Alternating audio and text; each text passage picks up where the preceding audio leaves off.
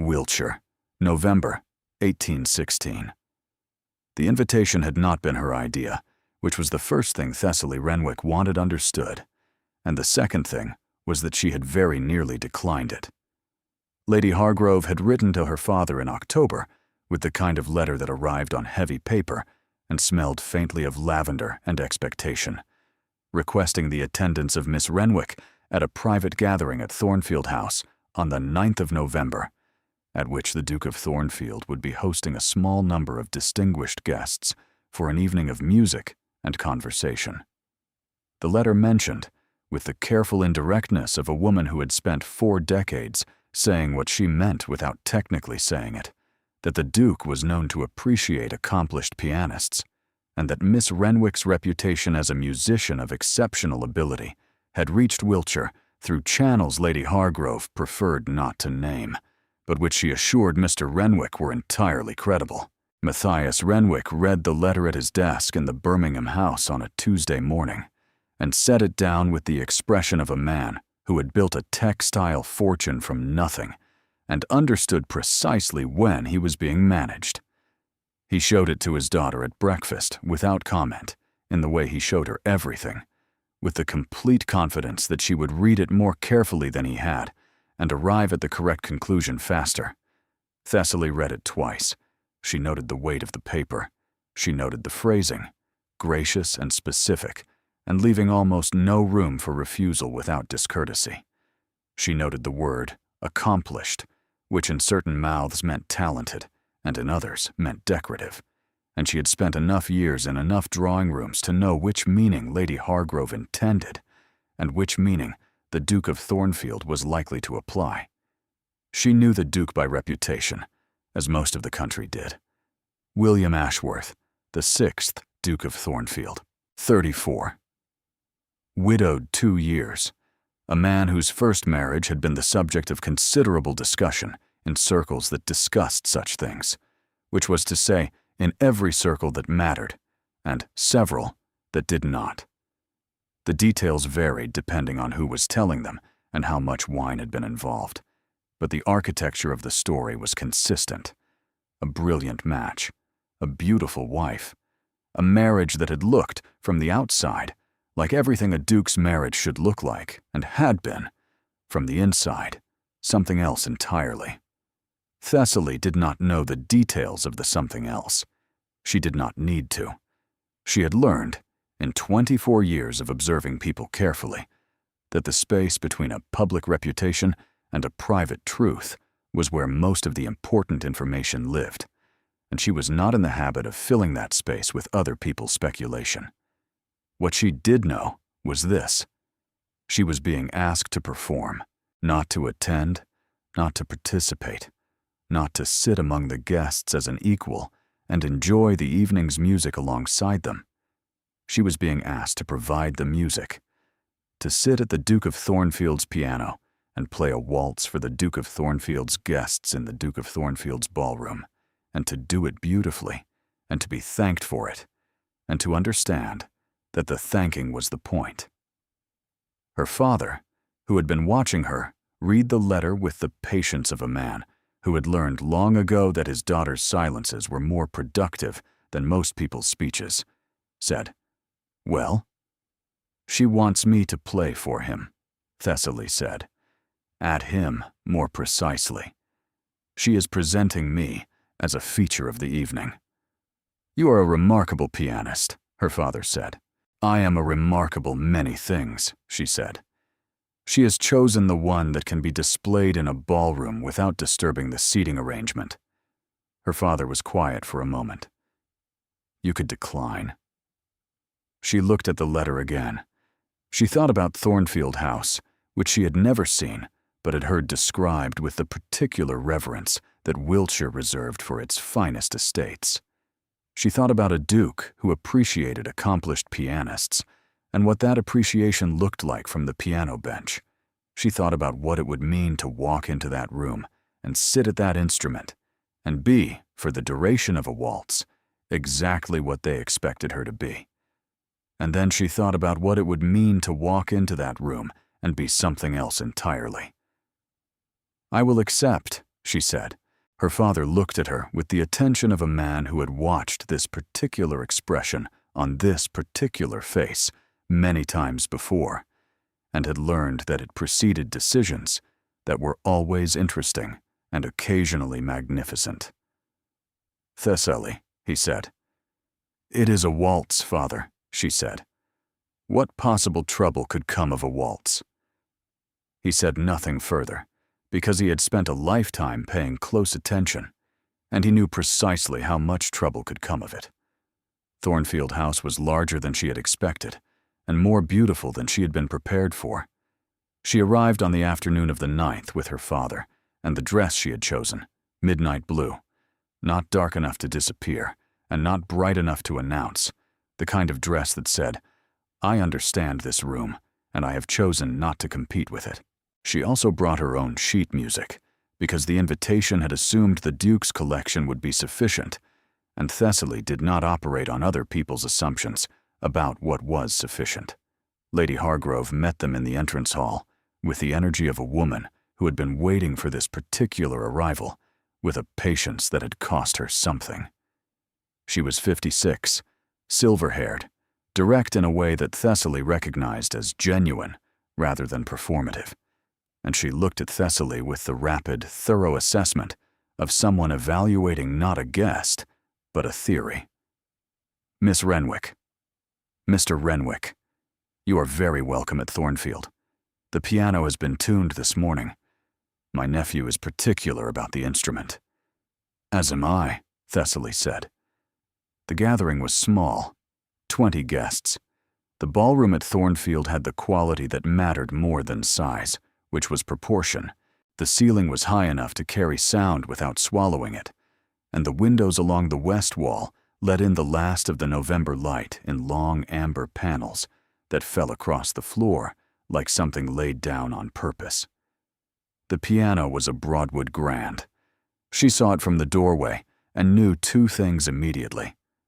First, that it was a very fine instrument, maintained by someone who understood what a piano needed and had provided it without compromise. And second, that it had been positioned at the far end of the ballroom, angled so that the pianist faced the wall and the guests occupied the room behind her. Whoever played was heard and not seen, present and not included, a voice without a face. She noted this arrangement and understood it completely. The Duke appeared at 7:30. He entered through the south doors with the unhurried certainty of a man arriving in a room he owned on an evening he had authorized. He was taller than she had expected. His features had the angular composure of a man who had arranged his face into a position some years ago and had not found sufficient reason to rearrange it. He moved through the room, greeting his guests with a warmth that was precisely calibrated, generous enough to be felt, controlled enough to mean nothing.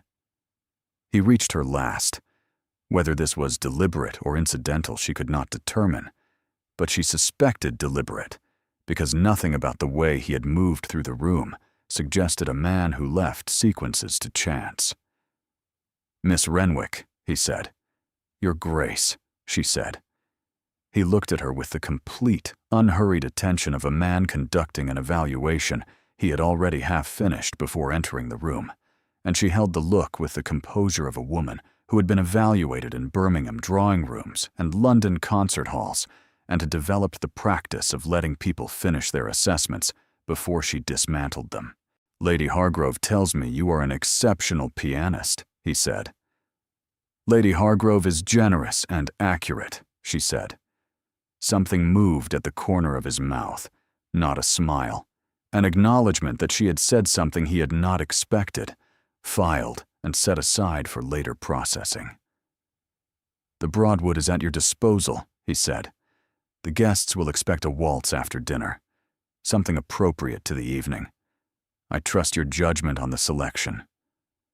"And if my judgment selects something unexpected?" she said. The assessment shifted, just slightly, from the automatic to the attentive. "I have found," he said, with the measured care of a man choosing words the way other men chose investments, "that unexpected things in a ballroom are rarely an improvement.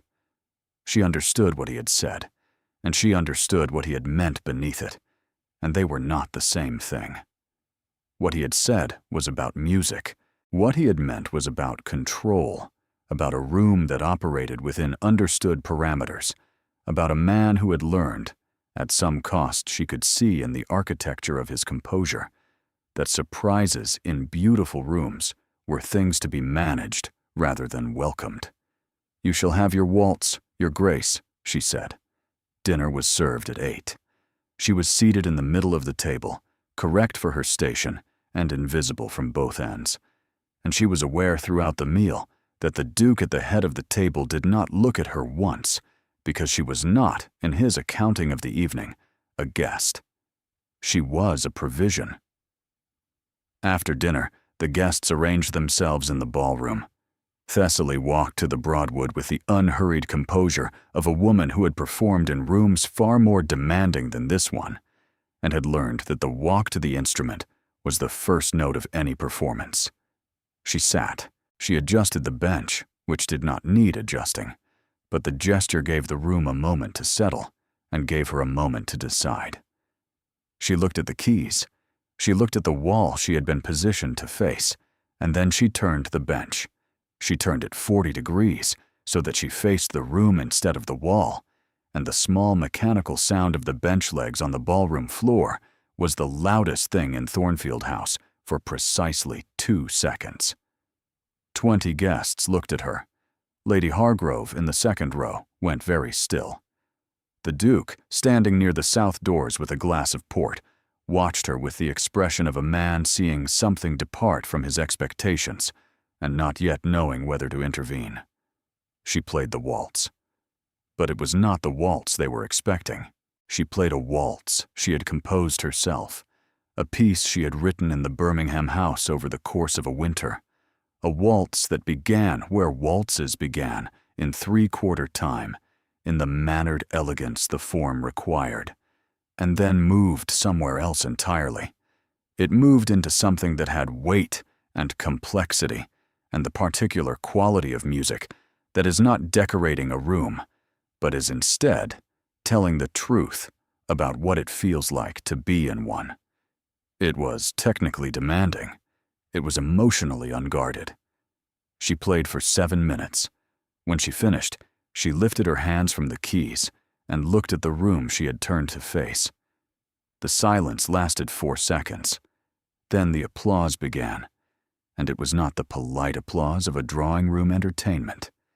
It was the startled, slightly overwhelmed applause of people who had expected a pleasant waltz and had received something they were going to discuss in their carriages on the way home. She looked across the room at the Duke. He was not applauding. He was standing exactly where he had been standing, with the port glass held at exactly the same angle, and he was looking at her with an expression she had not seen when he greeted her. Not the assessment, not the calibrated courtesy, but something stripped back and unmanaged, the expression of a man who had asked for a waltz and had been given something he did not know how to file. She held his gaze for 1 beat, 2. Then she stood from the bench, and she did not bow the way a performer bows, small and grateful and finished. She closed the lid of the Broadwood with a quiet, deliberate care, the way one closes a conversation one has finished on one's own terms. She looked at him once more, and the look said everything the waltz had said, compressed into a single second. "I see what you expected. I chose differently. I am not your provision." Then she walked away from the piano, collected her father from his chair, and was in the guest quarters before Lady Hargrove had fully processed what had happened to her carefully planned evening. Her father was quiet until they reached the corridor. "Well," he said. "He wanted a waltz," she said. "He received one." "You played the winter piece," her father said. "It was appropriate to the evening." "Thessaly, you turned the bench." "The acoustics were better facing the room," she said. He was quiet for a moment. "The acoustics," he said, in the voice of a man who was not fooled. "Good night, Father." He watched her walk to her room and said nothing further, because he understood that what had happened in the ballroom was not about acoustics, and was not about a waltz, and was about something his daughter had decided. And when his daughter decided things, the correct response was patience and proximity and a reliable solicitor. They left Thornfield House the following morning. Lady Hargrove appeared at breakfast with the expression of a woman recalculating, not displeased, but deeply engaged with a situation that had developed beyond her original projections. "My nephew was impressed," Lady Hargrove said, pouring tea with the practiced hand of a woman who used tea the way generals use terrain. "Your nephew wanted a waltz," Thessaly said. "I provided one." "You provided considerably more than one. He did not sleep well. I heard him in the music room at 2 in the morning. He does not go to the music room. He has not gone to the music room in 2 years." Thessaly held her teacup and said nothing, and the nothing was the most deliberate silence she had produced since the 4 seconds before the applause. "The piano lid," Lady Hargrove said. "You closed it when you finished." "It protects the instrument," Thessaly said. "It does.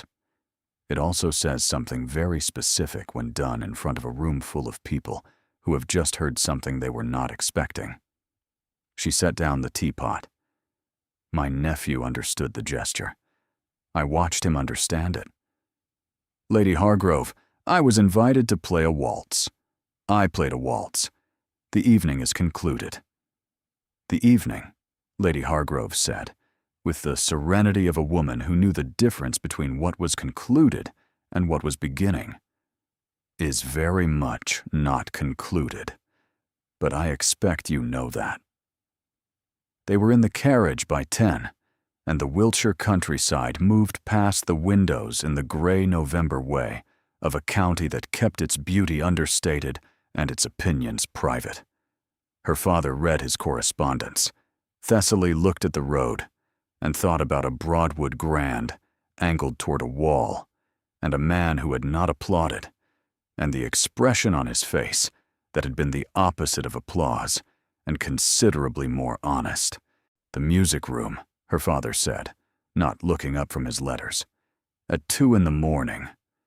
Lady Hargrove talks too much. Lady Hargrove talks exactly as much as she intends to, which is the thing that makes her interesting." They were quiet for the next mile. Then her father said, "What will you do?" She had been thinking about this since the corridor last night, and the answer had arrived some time before dawn, fully formed, with the clarity she associated with her best compositions. "The Ashworth Concert Hall," she said, "in Marlborough, the one attached to the assembly rooms." Her father set down his letters. "It has been closed for 3 seasons. The previous leaseholder let it decline. The instrument is a Clementi, adequate but not exceptional. The hall itself is sound, good proportions, excellent acoustics, and the location is central to the county. It is 8 miles from Thornfield." Her father looked at her. "The lease is available. I made inquiries last month before the invitation. The terms are favorable." "Before the invitation," her father said. "The hall interested me independently. I have been considering a venue for public concerts in Wiltshire.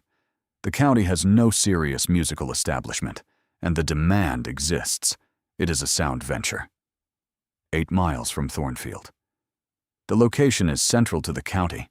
The proximity to any particular estate is coincidental." Thessaly. "It is a business decision, Father." He looked at her with the thoroughness of a man who possessed a comprehensive understanding of what her business decisions looked like. "You are going to take a lease on a concert hall 8 miles from the home of a duke who could not sleep after hearing you play, and you are going to tell me it is about the acoustics." "The acoustics," she said, "are exceptional." He returned to his letters. She looked out the window and thought about a man who had stood in his own ballroom and watched her close the lid of his piano with an expression that had nothing managed in it. She thought about a music room visited at 2 in the morning by a man who had not entered it in 2 years, in a house full of ghosts she could feel but not yet. Name. She almost believed that the acoustics were the reason. The lease was signed before the month was out, because Thessaly Renwick had her father's solicitors and her father's capital, and the focused determination of a woman who had decided something and considered delay a form of dishonesty. Word reached Thornfield House through Lady Hargrove, who mentioned it to her nephew at dinner on a Wednesday evening with the calibrated indifference of a woman delivering information she considered extremely significant. "The Ashworth Concert Hall," the Duke said. He set down his knife. "Miss Renwick has taken the lease. So I'm told. She intends to restore it. Public concerts. A subscription series, I believe." The Duke looked at the candles on the table.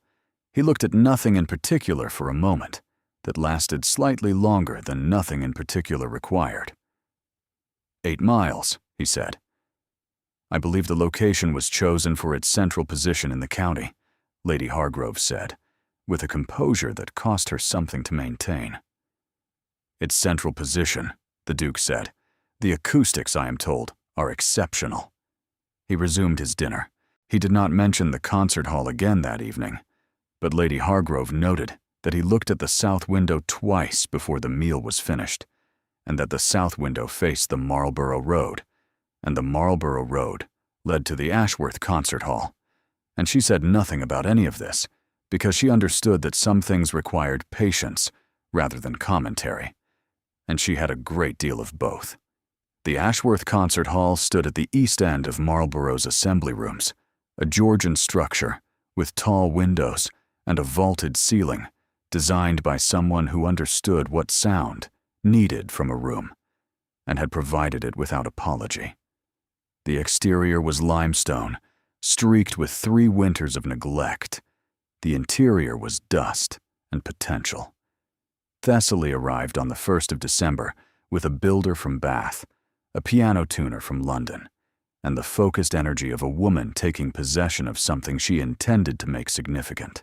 She had spent the 2 weeks since signing the lease drawing plans, reviewing accounts, and corresponding with musicians in London and Bristol about a subscription concert series that would begin in February, which was ambitious and deliberate, because February in Wiltshire was the dead center of winter, when the county was starved for anything that was not another dinner party with the same 30 people discussing the same 12 topics, and she intended to provide an alternative. The builder assessed the structure and pronounced it sound, but neglected. The roof needed attention in 2 places. The seating required replacement. The stage floor had warped near the north wall, where a window seal had failed, and the damp had done what damp always did. When left alone with wood for 3 years, she had a schedule drawn by Thursday and a revised budget by Friday, and by the following Monday, she was in the hall at 7 in the morning, supervising the roof repair with the methodical attention of a woman who understood that the difference between ambition and accomplishment was a detailed schedule and the willingness to be present at 7 in the morning in December. The Clementi piano was the central problem. It was a good instrument that had been treated as furniture for 3 years, its action sluggish, its tone flat in the upper register. The tuner worked on it for 2 days and then told her, with diplomatic honesty, that it could be restored to adequate condition, but would not achieve the standard her concert series required. "It needs replacing," she said. "It needs a Broadwood," he said. She thought about a Broadwood grand in a ballroom at Thornfield House, angled toward a wall. She thought about the tone of that instrument, the depth and clarity she had felt through her fingers for 7 minutes on a November evening. "Source 1, she said. "The best available. I will cover the cost." He came to the hall on a Wednesday in the 2nd week of December. She was on the stage examining the warped floor with the builder when the door at the back of the hall opened, and the Duke of Thornfield came through it, and she knew he was there before she saw him because the builder stopped talking and straightened. In the way people straightened when a title entered a room, she did not straighten. She finished her sentence about the subfloor moisture, and then she turned, and he was standing in the center aisle in a coat that was practical rather than fashionable, looking at the hall with the expression that catalogued everything and revealed nothing. "Your Grace," she said from the stage. "Miss Renwick." He looked at the ceiling, the windows, the space where the piano would go. "Lady Hargrove mentioned the restoration. I was in Marlborough on estate business and thought I would see it for myself." "You were in Marlborough," she said. "Estate business," he said. The empty hall held the December silence between them with the acoustic honesty of a room designed to carry every sound, including the sound of two people deciding how long to maintain a pretense and arriving at different conclusions. "Would you like to see the plans?" she said. She came down from the stage and spread the architectural drawings across the front row of seats, and they stood side by side, looking at her plans, with the focused attention of two people examining something they were both interested in, and only one of them was admitting to. She showed him the acoustic modifications, the ceiling panels that would improve the sound diffusion, the stage extension that would accommodate a chamber ensemble, the ventilation changes that would manage the temperature without compromising the resonance.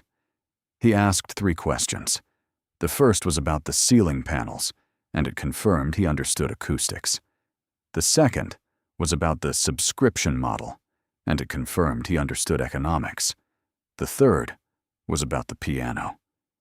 "The Clementi?" he said. "Being replaced. A Broadwood is being sourced from London." Something moved in his expression, subtle and quickly managed.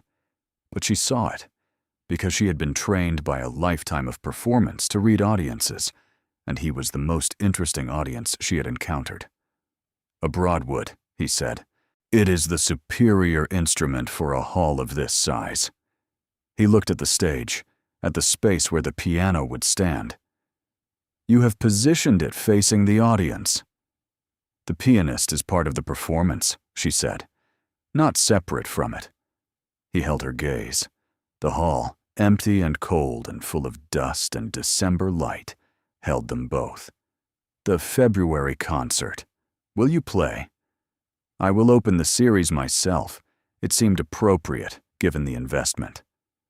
"And will you play?" he said, with a precision that told her he was asking about something specific. "The piece you played at Thornfield?" She thought about the waltz, her waltz, the one she had composed in a Birmingham winter and played in his ballroom and closed the piano lid on. She thought about what it would mean to play it again, in her own hall, on her own instrument, facing the room. That piece was composed for a particular occasion. It does not repeat. Something shifted in his expression. Not disappointment, recognition, the kind a man showed when a position he had tested came back stronger than he had expected.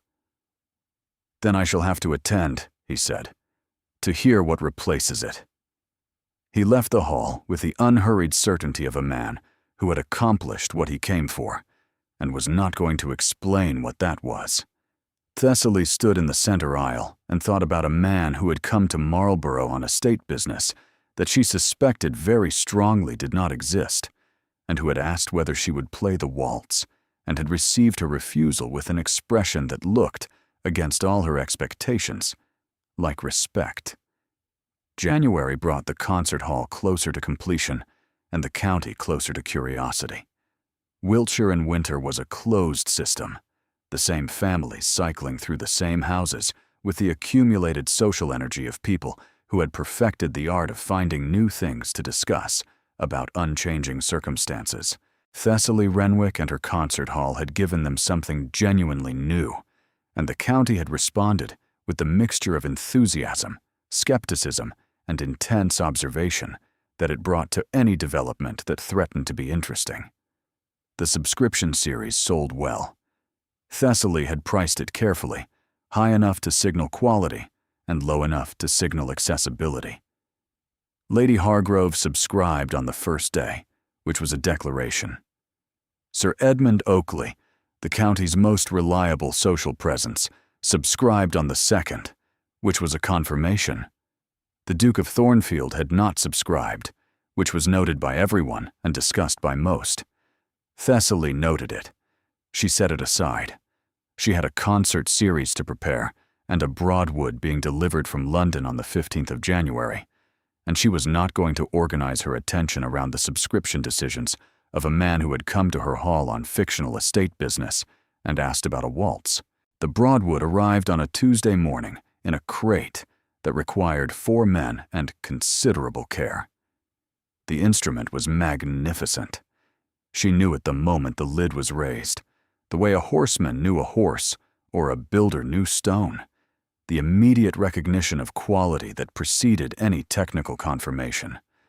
She sat at it that afternoon, alone in the empty hall, and played for 2 hours, listening to the way the hall received each piece, how the sound moved through the vaulted ceiling and returned, how the room and the instrument were learning each other. She did not play the waltz. She had told the Duke it did not repeat, and she had meant it. The neighborhood dinners continued through January.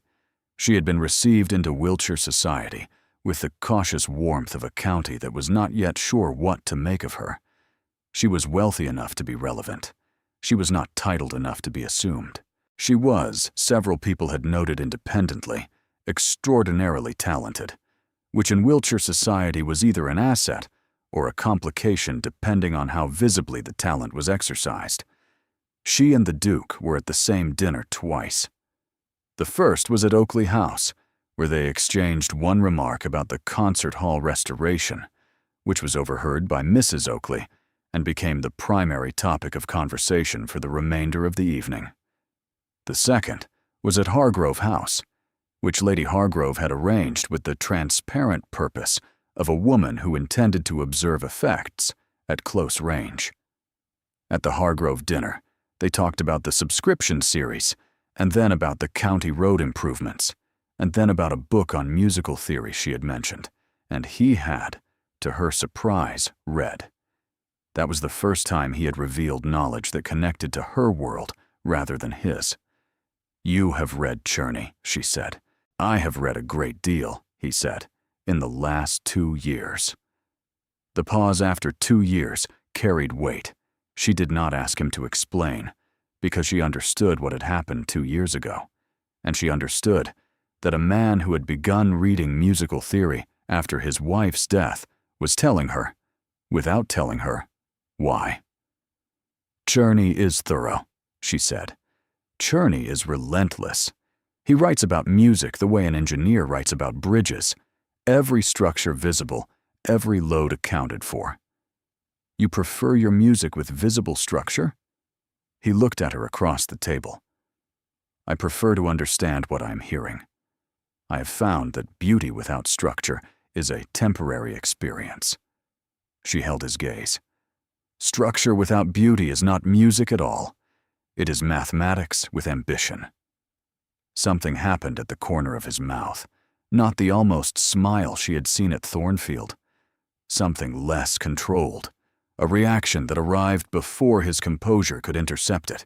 Lady Hargrove, at the head of the table, watched this exchange with quiet satisfaction. After dinner, Lady Hargrove appeared at Thessaly's side. "He has not attended a concert in 2 years," Lady Hargrove said, without preamble. "He has not listened to music performed publicly. He has not entered a music room, except once, at 2 in the morning, after hearing you play." Thessaly looked at her gloves. "His wife," Lady Hargrove said, and then paused, because even she paused before this subject. Cecily was a pianist. She was gifted and charming, and she played beautifully, and the entire county adored her, and she used every room she ever entered, including the music room, including the marriage, as a stage for a performance that had nothing underneath it. Thessaly was quiet. He loved her completely and without adequate information.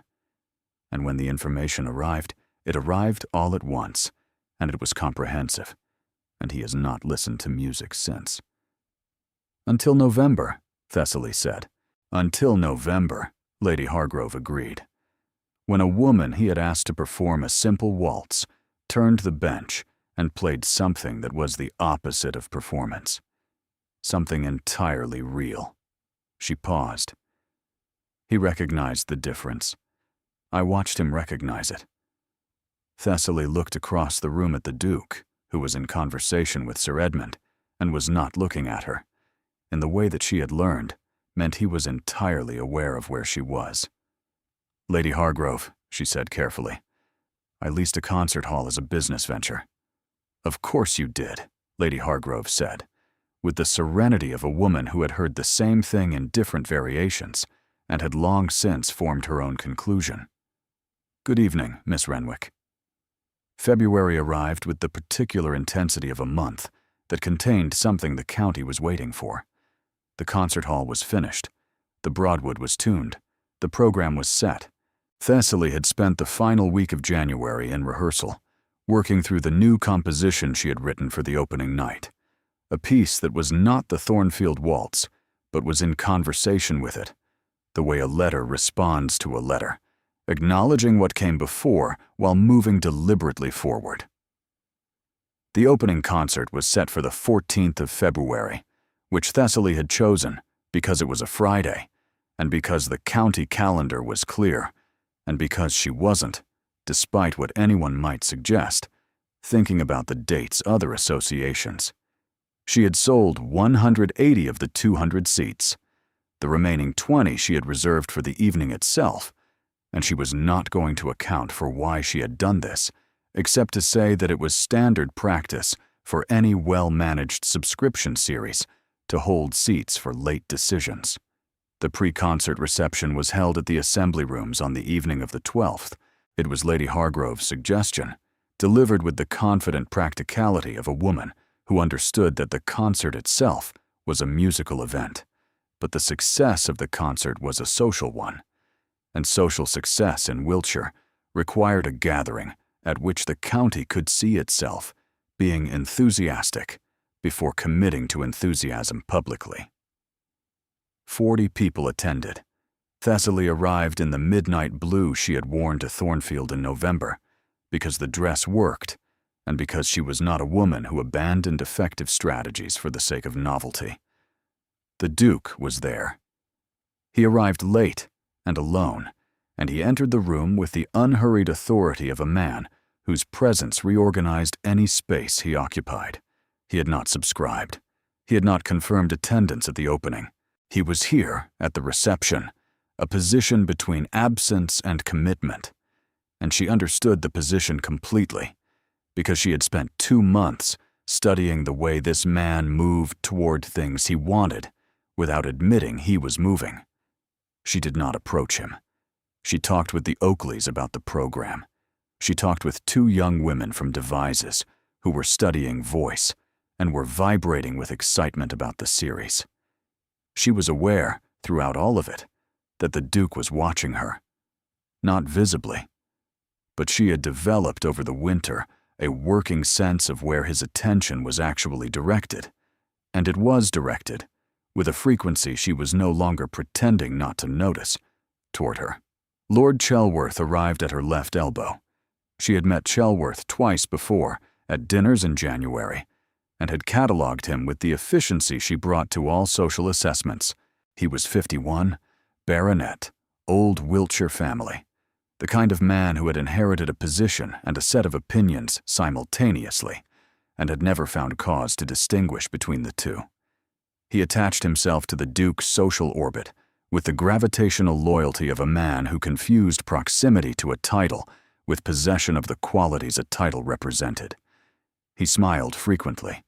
The smiles had the quality of things rehearsed in a mirror and deployed without revision for 3 decades.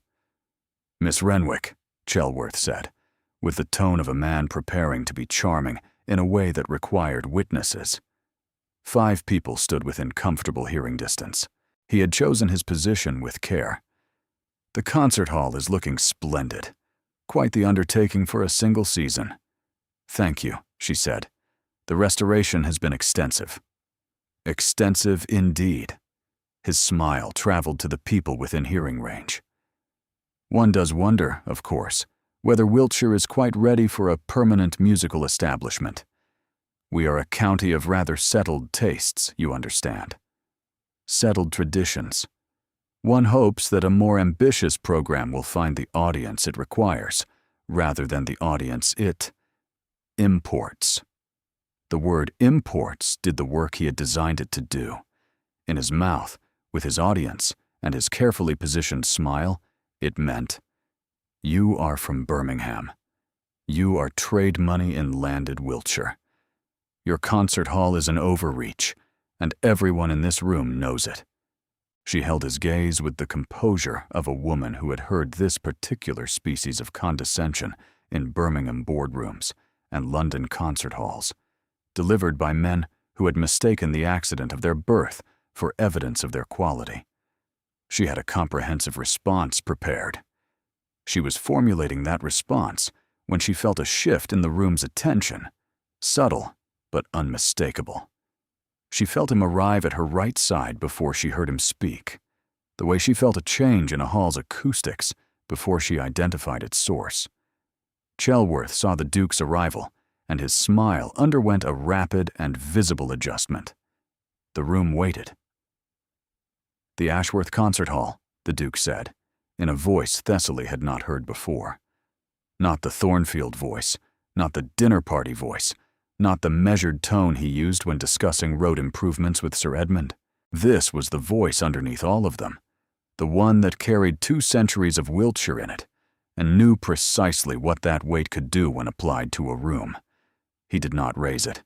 He did not need to. "Has been restored to a standard that surpasses its original construction," he continued, looking at Chelworth with the complete, unhurried attention that Thessaly recognized from the Thornfield ballroom, except this time directed at a man who was rapidly discovering what it felt like to be on the receiving end of it. "The acoustic modifications alone represent an investment in the county's cultural life that Wiltshire has not seen in a generation. The subscription list includes most of the significant families in the county, which suggests that the audience Miss Renwick requires is not imported, but is, in fact, already here, and has been waiting for precisely this." He looked at Chelworth for 1 moment longer than was necessary. In any other man, it would have been a stare. In a Duke, it was a verdict. "I should think that we are all grateful when someone invests seriously in the life of the county. I know I am." The silence that followed lasted 3 seconds, long enough for Chelworth's smile to complete a journey from confident to uncertain, to a careful, managed retreat. "Of course," Chelworth said. "I merely meant—" "Yes," the Duke said. The single word closed the conversation with the finality of a lid closing on a piano, and Thessaly, standing beside him, felt the echo of her own gesture return to her in a form she had not anticipated. Chelworth found someone else to speak with, quickly, with the haste of a man who needed distance from a correction he had not seen coming. The 5 people within hearing distance rearranged their attention with the fluency of people who understood they had witnessed something significant and were already composing the versions they would share in their carriages. She excused herself. She crossed the room to Lady Hargrove, who was standing near the window with a glass of wine and the expression of a woman watching a play reach exactly the scene she had been waiting for. "He intervened," Thessaly said. "He did not have to," Lady Hargrove said. "No. Chelworth will be careful for the rest of the season, possibly the rest of the decade." She sipped her wine. "He made it about the hall so that Chelworth had no ground to stand on. He made it about the county so that defending you did not require declaring anything. And he made it about the investment so the room understood his position without requiring him to expose it." She paused. "That is not merely a defense. That is architecture." Thessaly looked across the room at the Duke, who had resumed his circuit, and was talking to Sir Edmund about something that appeared to involve no emotional significance whatsoever. "He is not subscribed," Thessaly said. "He has not. But he is here." Lady Hargrove looked at her nephew. "He is deciding. He decides slowly, my nephew. He accumulates evidence. He requires more of it than most people before he will revise a position. She looked back at Thessaly. But he does revise. That is the thing worth knowing about him. When the evidence is sufficient, he revises completely. Thessaly looked across the room. The Duke looked back. Not the assessment. The other expression, the one that had been building since November, the one she had stopped pretending not to catalog. She held his gaze for one moment longer than the social register of a reception required, and then turned back to Lady Hargrove and said something about the program for opening night, and the reception continued around them, and neither of them said anything further to each other that evening. It cost them both more than either would have admitted. The following morning, a letter arrived at Thessaly's lodgings in Marlborough. It was in his hand, not a secretary's. It contained one line. "One subscription, please. The seat nearest the piano, Thornfield." She read it twice. She put it in the desk drawer where she kept her composition drafts, beside the sketches for the opening night piece. She noted that he had asked for the seat nearest the piano, which was the seat with the clearest view of the pianist's face, and she did not account for what this meant, because she was already late for a rehearsal and did not have time for things that could not be accounted for.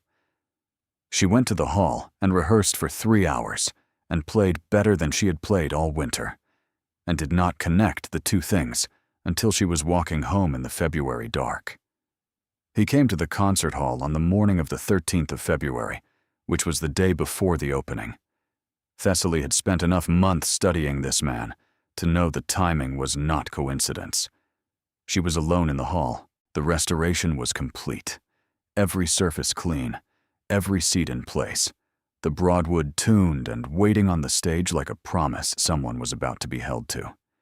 She was sitting at the instrument, not playing, just sitting with her hands in her lap and looking at the empty hall and thinking about what the next evening would mean and whether she was ready for it, which she was, and whether she was ready for who would be in the audience, which was a different question. She heard the door. She knew it was him before the sound resolved into footsteps, because she had learned the rhythm of his arrival, the way a musician learned the rhythm of a piece, through repetition and attention, and the particular awareness that came from listening for something specific, even when you were pretending not to listen. He walked down the center aisle and stopped at the front row. He looked at the stage, and at the broadwood, and at her, sitting at it with no audience and no performance, and no reason to be anything other than exactly what she was. "It is extraordinary," he said, and the word had no social padding around it.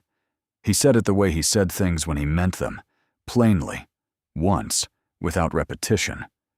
He stood in the aisle, and she sat at the piano, and the hall held them in its acoustics, the same acoustics that would hold 200 people tomorrow evening, holding just the two of them now with the same fidelity, because a well-designed hall did not care how many people were in it.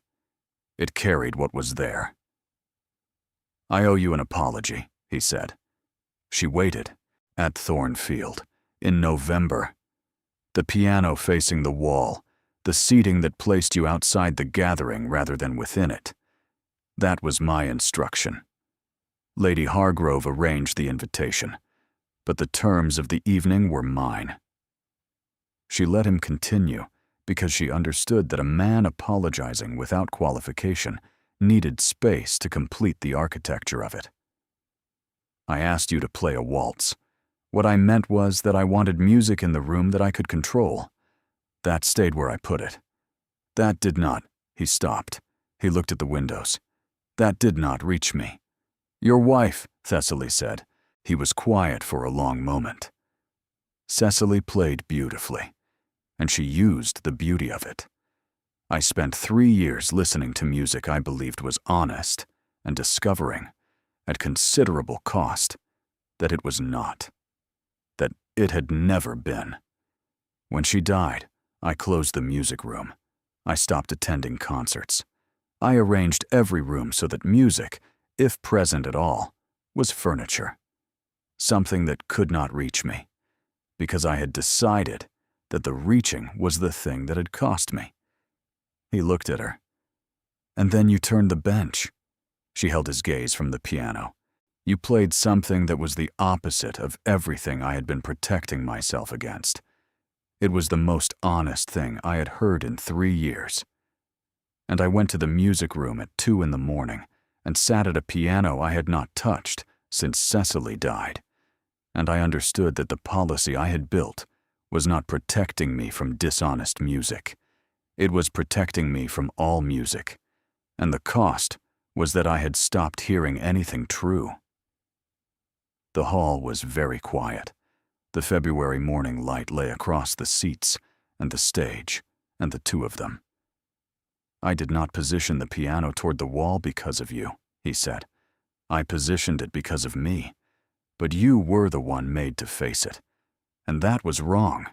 And I am sorry for it. She looked at the man standing in the aisle who had just dismantled the most protected part of himself with the precision of an engineer and the honesty of someone who had run out of reasons to be imprecise. I understood, she said. In the ballroom, the moment I saw the piano facing the wall, I understood what it meant. Not about me. About you. Is that why you turned the bench?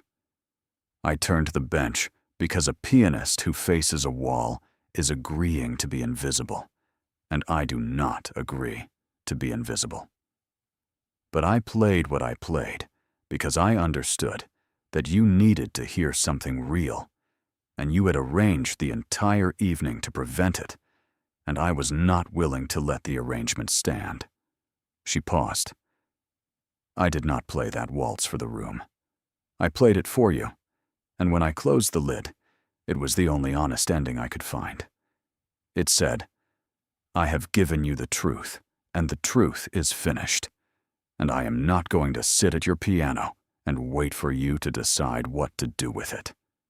It was the most significant thing anyone has done in my presence in a decade, he said. I have conducted a thorough accounting of my situation since November, and the accounting has been very clear. What does it say? That I asked for a waltz and received an education.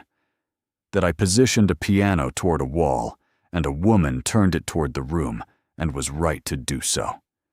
That I have spent 2 years protecting myself from music, and you have spent 2 months building a concert hall 8 miles from my house, and I am standing in it. He stepped to the edge of the stage.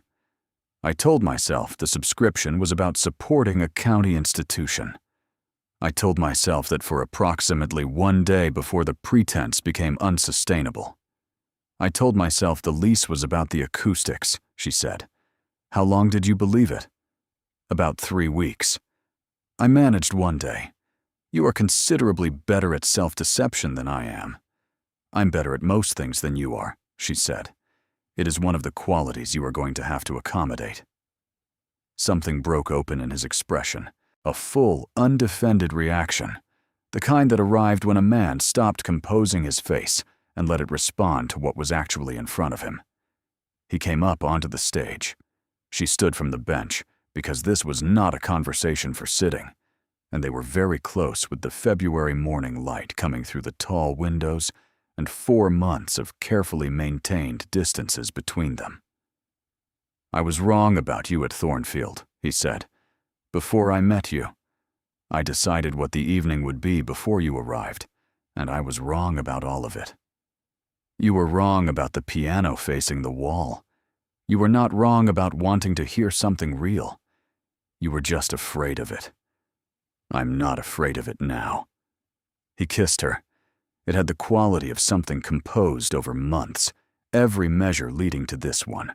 She kissed him back with the same precision she brought to every performance and every true thing she had ever committed to, and the Broadwood was beside them, and the empty hall was around them, and none of it required any further rehearsal. When they separated, she kept her hand on his arm. The opening concert is tomorrow evening. I am aware, the seat nearest the piano. You will hear a new composition. I wrote it for the hall. He looked at her. Not for me. I wrote it for the hall. But the hall was built for reasons that were not entirely architectural, and the composition was written for reasons that were not entirely musical, and I expect you will hear that." He covered her hand with his. "I expect I will." He proposed on the morning of the 14th of February, which was the morning of the opening concert, which was either the most inconvenient or the most deliberate timing of any proposal in Wiltshire's recent memory. Thessaly was at the hall at 7, adjusting the Broadwood's position by half an inch because the morning light had shifted since yesterday, and the angle mattered, when he arrived at the door. "I have a preliminary assessment," he said. She set down the cloth she had been using to polish the piano lid. "Go on. You are the most formidable person I have met in 10 years of managing a very large estate and a very complicated county. You are going to be extremely difficult to be married to. Your opinions on piano placement border on the unreasonable, and I'm asking whether you will marry me with the full understanding that I am acquiring a duchess who will reorganize my entire household before the honeymoon is concluded." She looked at him from the stage of the concert hall she had built, in the morning light, on the day it was opening, with 200 seats behind him and the Broadwood beside her, and 4 months of distance closed to nothing. "That is a proposal delivered as an assessment," she said. "I find assessments more honest than declarations. You told me you preferred honesty." She came to the edge of the stage. "My preliminary assessment is that you are a man who positioned a piano toward a wall and spent 2 years avoiding music and read Czerny alone in a library because you were too stubborn to admit you missed the sound of something real. And you are going to find it considerably harder to maintain your policies when married to someone who composes waltzes and does not face walls. My policies have been performing catastrophically since November. They have been performing very badly. I would recommend a complete restructuring. I'm in the process of one." He looked at her. "Is that a yes?" "That is a yes delivered as a counter-assessment. I thought you would appreciate the format." He came up onto the stage and took her hand, and held it with the brief, firm grip of a man who meant what he agreed to. "Thessaly," he said, and her name in his voice in the empty hall carried the way a note carried in a room designed to hold everything that was true. "William," she said, and this time the name had everything in it that had been accumulating since November, and neither of them could put it back. Her father received the news at breakfast. He set down his correspondence and looked at her with the attention of a man who had watched his daughter lease a concert hall 8 miles from a duke's estate, and had understood precisely what she was doing, and had waited with patience for the outcome. "The Duke of Thornfield," he said, "the man who pointed your piano at a wall. He has revised that arrangement considerably." "Has he?" "He proposed this morning at the hall. He described it as a preliminary assessment. He said I was formidable and unreasonable about piano placement, and that he expected me to reorganize his household." Her father was quiet for a moment. "Is he good enough for you?" She thought about it with the honesty the question deserved. "He is trying to be," she said. "The effort is genuine, and the progress is considerable, and I find I cannot hold a man's November against him when his February is everything it should be." Her father nodded. "It is the best version of the answer," he agreed. The opening concert began at 7:30 on the evening of the 14th of February. 200 seats filled, the full county, the Oakleys in the 3rd row, Sir Edmund in the position of honor he had earned through 3 decades of being reliably present at every significant occasion in Wiltshire, Lady Hargrove in the 2nd row, center, with the expression of a woman who had been planning since October and was watching the results exceed her projections. Lord Chelworth was in the 5th row. He had subscribed in the final week of January, after the Duke's intervention at the reception, with the decision-making of a man who had concluded that attendance was safer than absence. He sat with his wife and maintained the expression of a man who was enjoying an evening he had no objections to. The Duke of Thornfield was in the first row, the seat nearest the piano. Thessaly walked to the Broadwood with the unhurried composure she had brought to every performance since she was old enough to understand that the walk was part of the music. She sat. She adjusted the bench. She looked at the keys. She looked at the room, 200 faces looking back, and in the first row, one face that was not the assessment or the managed courtesy, but the fully present one, the one that had nothing between it and her. She played the new composition. It was a piece that understood what a waltz could be when it was not decoration and not defiance, but invitation. A piece that opened a door and held it open and waited with patience and confidence for whoever was ready to walk through. When she finished, the silence lasted 3 seconds, and then the applause was the applause of a room that understood. It had heard something important and was responding with the full weight of its attention. She stood. She did not close the piano lid. She left it open, the keys visible, the instrument waiting, a gesture the room may not have consciously registered, but which one person in the first row understood completely. She looked at William. He was not applauding, as he had not applauded in November. He was looking at her with the expression she now knew was his version of complete happiness, shown quietly and without announcement, and she received it with the expression that was hers, the one she wore when she was not performing anything at all.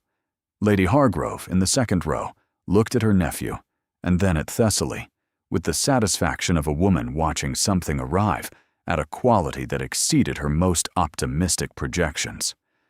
Lord Chelworth congratulated her during the interval.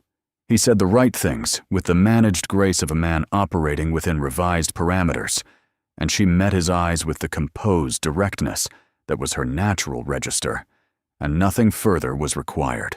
William appeared beside her after Chelworth moved on. His presence was the comment. "The lid," he said quietly. "I left it open. At Thornfield, you closed it. Tonight, you left it open." Closing it meant the conversation was finished on my terms. Leaving it open means the music is not finished. It continues. He held her gaze. "I find I prefer the open version." "I know," she said. "That is why I played it." They were married in April at the church in the village between the Thornfield estate and the Marlborough Road, which was geographically convenient and musically appropriate, as the church had an organ Thessaly had assessed in February and found to be a good instrument in need of better maintenance, which she had arranged by March because she was not a woman who attended a church with an out-of-tune organ and considered it someone else's problem. She wore midnight blue. William had not been surprised. Lady Hargrove had not been surprised. Her father had simply nodded when she told him, with the expression of a man receiving confirmation of something he had understood since she was old enough to choose her own clothes. The county turned out. 200 people from the concert hall and a considerable number beyond, because the marriage of a duke was an event, and the marriage of this duke to this woman was an event with the additional quality of a story the county had been following since November, with the invested attention of people who recognized a good composition when they heard one. Thessaly walked in on her father's arm and looked at William at the front of the church and thought about all the versions of the gesture. The first closing in November. "I have given you the truth, and I am leaving." The second, the open lid at the February concert. The music continues. She had decided sometime in March that the third would not be a closing or an opening at all. She reached the front of the church. William looked at her with the full, unguarded expression that had nothing of November in it, nothing of the man who had angled a piano toward a wall and organized his grief into a policy about music. Just him, entirely present, looking at the woman who had turned the bench and built a concert hall and composed a waltz that had broken open a room he had sealed shut, and had chosen him in spite of, and because of, all of it. She did not close anything. She did not leave anything open. She took his hand. He held it with the steady grip of a man who meant what he committed to. The ceremony proceeded. The village heard. The county witnessed. And when it was done, they walked out of the church together into the April afternoon, and the Wiltshire countryside was doing what it did in April, which was to be so entirely itself that there was no room for anything that was not true. The wedding breakfast was at Thornfield House, because Thessaly had walked through the Thornfield dining room in March and had immediately identified 4 things she intended to change, which she had told William about on the walk back, and he had said, "Before or after the ceremony?" And she had said, "The sequence is negotiable, but the changes are not." And he had said, "I have noticed that very little about you is negotiable." And she had said, "My terms are not negotiable. They are correct."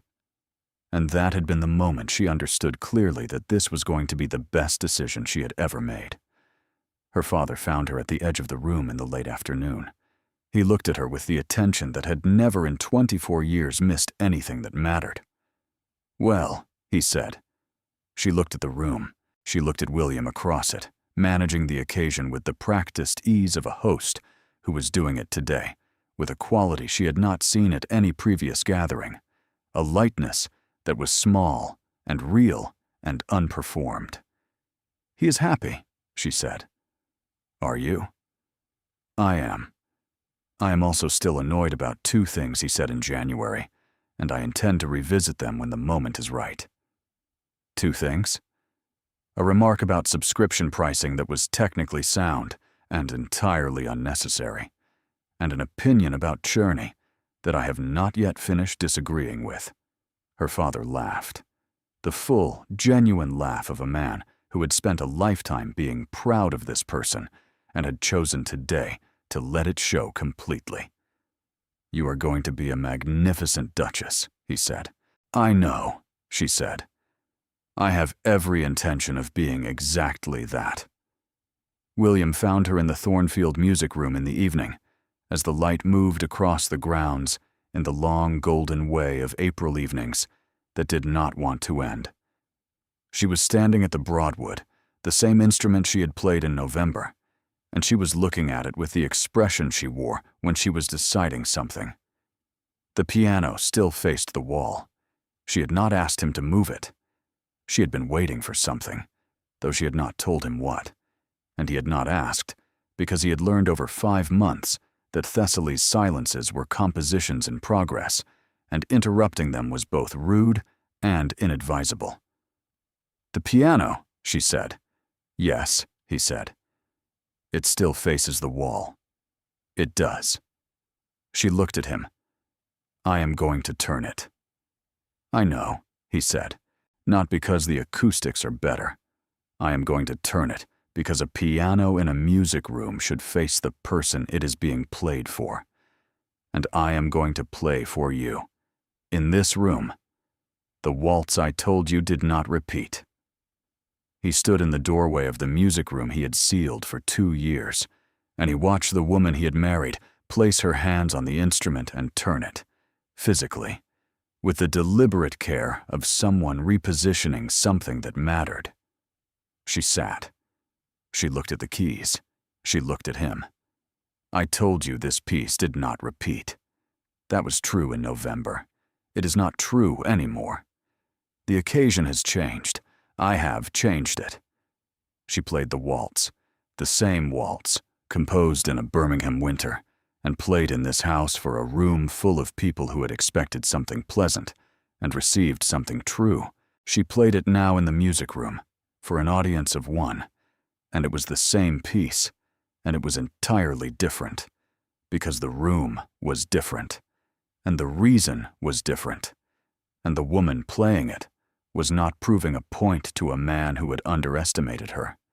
She was playing for a man she had chosen, in a room she was reclaiming, on an evening that belonged to both of them. When she finished, she did not close the lid. She did not leave it open as a gesture.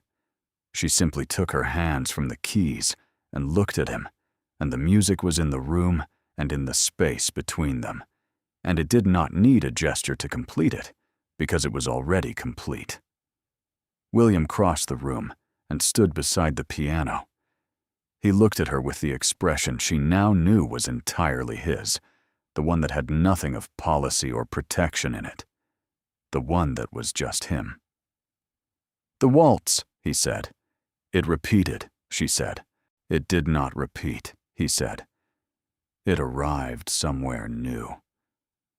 She thought about November, and the bench she had turned, and the lid she had closed, and the morning she had walked away from this house. She thought about every version of the music between then and now. The refusal to repeat, the new composition, the open lid. And now this, the same waltz in a different room with a different meaning, played for the man standing beside the piano, who had organized his grief into silence and had spent 5 months letting a woman from Birmingham dismantle the silence one note at a time. "William," she said.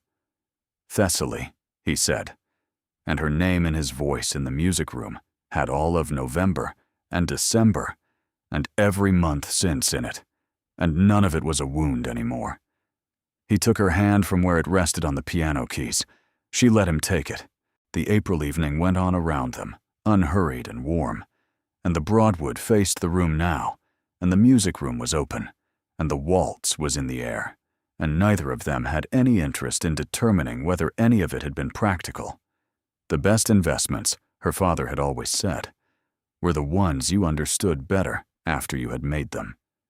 She understood this one completely.